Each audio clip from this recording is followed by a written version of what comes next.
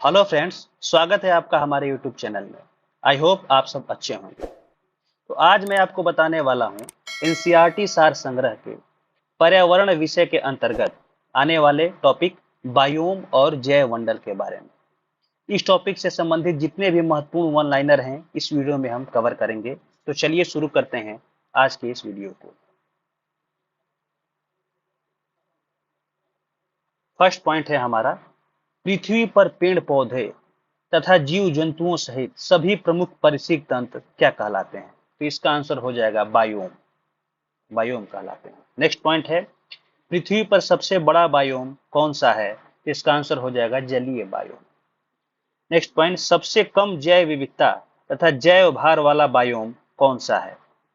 इसका आंसर होगा tundra biome. Next point, जैव मंडल जिसे हम बायोस्फीयर करते हैं, इसके अंतर्गत किन संघटकों को सम्मिलित किया जाता है? तो इसके अंतर्गत जैविक तथा अजैविक दो प्रकार के घटकों को सम्मिलित किया जाता है। नेक्स्ट पॉइंट, कौन सा तंत्र किसी समुदाय के सभी जीवों में संबंध स्थापित करता है? तो इसका आंसर हो जाएगा खाद्य जाल, जिसे हम फूड वेब भी कहते हैं। नेक्स्ट पॉइंट, सभी उपभोक्ताओं में कौन सा गुण पाया जाता है? तो परपोषी। तो आपको ध्यान रखना है कि जो भी उत्पादक होते हैं वो स्वपोषी होते हैं और जो उपभोक्ता होते हैं वो परपोषी होते हैं। वे प्रजातियां जो किसी समुदाय में प्रचुरता तथा जैव भार की अल्पता के बाद भी सामुदायिक अभिलक्षणों पर अपना प्रभाव दर्शाती हैं की स्टोन प्रजातियां कहलाती हैं। नेक्स्ट पॉइंट है, एबोनी तथा महोगनी वृक्ष किन वनों से संबंधित है? तो इसका आंसर होगा उष्ण कटिबंधीय सदाबहार वनों से। नेक्स्ट पॉइंट, साल, सागौन और शीशम किस बायोम के वृक्ष हैं? तो आंसर होगा मानसूनी वन बायोम के वृक्ष हैं। किस बायोम की भूमि अम्लीय तथा अल्प खनिज वाली होती है? तो इसका आंसर हो जाएगा शंकुधारी वन। नेक्स्ट पॉइंट, विषुवत रेखा से ध्रुवों की ओर जाने पर पारिस्थितिक उत्पादन पर क्या प्रभाव पड़ता है? तो आपको ध्यान रखना है कि पहले बढ़ता है और फिर घटने लगता है। नेक्स्ट पॉइंट, किस बायोम में सबसे कम तापांतर पाया जाता है? तो इसका आंसर होगा अयनवर्ती सदाबहारी वर्षावन बायोम में। नेक्स्ट पॉइंट, किस बायोम में प्राथमिक उत्पादकता सर्वाधिक होती है? तो इसका आंसर होगा विषुवतीय वन बायोम। नेक्स्ट पॉइंट, विश्व का सर्वाधिक विक्षुब्ध पारिस्थितिक तंत्र कौन सा है? तो है मानसूनी बायोम। यूकेलिप्टस वृक्ष को पारिस्थितिक शत्रु कहा जाता है। यह ऑस्ट्रेलिया महाद्वीप में बहुतायत मात्रा में पाया जाता है। जो दोस्तों आपको पता होना चाहिए कि जो यूकेलिप्टस वृक्ष है एक दिन में सैकड़ों लीटर पानी पी जाता है। इसी वजह से इसको पारिस्थितिकी शत्रु माना जाता है। यह सर्वाधिक ऑस्ट्रेलिया महाद्वीप में पाया जाता है।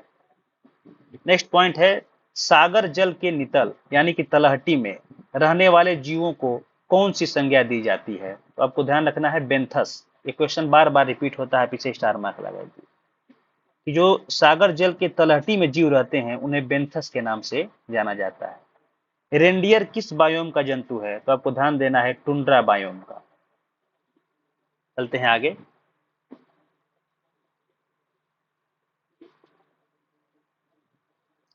नेक्स्ट पॉइंट है हमारा कि भारत में वन सर्वेक्षण विभाग द्वारा कब से वन रिपोर्ट का प्रकाशन किया जा रहा है? तो 1987 से वन रिपोर्ट का प्रकाशन किया जा रहा है। देहरादून स्थित भारतीय वन सर्वेक्षण संस्थान, जिसे हम फॉरेस्ट सर्वे ऑफ इंडिया भी कहते हैं, के द्वारा प्रति 2 वर्षों के अंतराल पर भारत वन स्थिति रिपोर्ट प्रकाशित की जाती है। हर 2 वर्ष में एक बार भारत की वन स्थिति रिपोर्ट को प्रकाशित किया जाता है। नेक्स्ट पॉइंट है, लानोस और कैंपोस ये जो दोनों घासें हैं किस बायोम में पाई जाती हैं? तो उष्ण कटिबंधीय घास बायोम। कौन सी प्रजाति एक बड़े निवास स्थान पर रहती है तथा सामान्यतः प्रवासी होती है? तो इसका आंसर हो जाएगा अम्ब्रेला प्रजाति।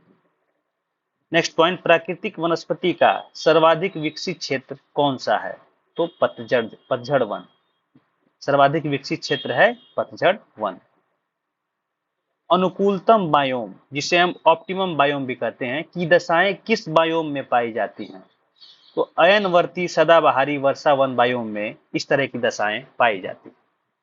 हाथी घास किस बायोम की एक प्रमुख घास है? तो सवाना बायोम की। नेक्स्ट पॉइंट है, किसी भी बायोम में प्राणियों का जीवन उनकी क्रियाशीलता की तीव्रता तथा उनकी संख्या किस पर निर्भर करती है? तो ये निर्भर करती है संरचना, सकल बायोमास और जातियों के संगठन पर। नेक्स्ट पॉइंट, विश्व के किस बायोम को प्रमुख अन्न भंडार तथा दुग्ध व्यवसाय का केंद्र कहा जाता है? तो आपको ध्यान रखना है शीतोष्ण घास बायोम को, इसको प्रमुख अन्न भंडार तथा दुग्ध व्यवसाय का केंद्र कहा जाता है। की स्टोन प्रजातियां, इनका संरक्षण करना आवश्यक क्यों है? क्योंकि ये पारतंत्र की अन्य प्रजातियां की स्टोन प्रजातियों के प्रति अत्यंत संवेदनशील होती हैं। की स्टोन प्रजातियों के विलुप्त होने पर अनेक अन्य प्रजातियां भी विलुप्त हो जाएंगी। इसी कारण से की स्टोन प्रजातियों का संरक्षण जरूरी है। आगे चलेंगे, पौधों की जाति, उनकी संरचना एवं वृद्धि किस पर निर्भर करती है? तो यह निर्भर करती है पर्यावरण के भौतिक एवं जैविक कारकों के अंतर संबंध पे। पर्णपाती वन किस प्रकार के बायोम में पाए जाते हैं? तो मानसून वन बायोम में पाए जाते हैं।